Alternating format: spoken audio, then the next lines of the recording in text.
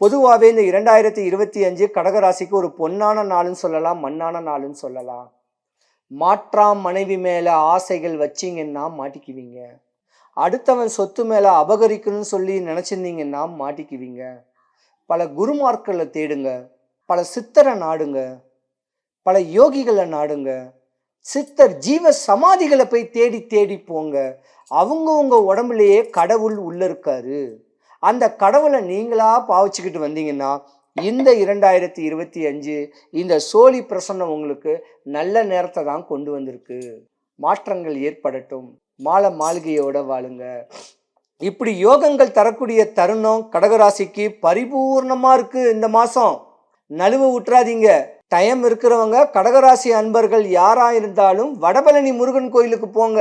1 kilo நெல்லிக்காய் வாங்கிக்கிங்க. சாமியை நல்லா பார்த்துட்டு பிரகாரம் சுத்தி வரல யாருக்காவது ஒன்று தானம் கொடுங்க.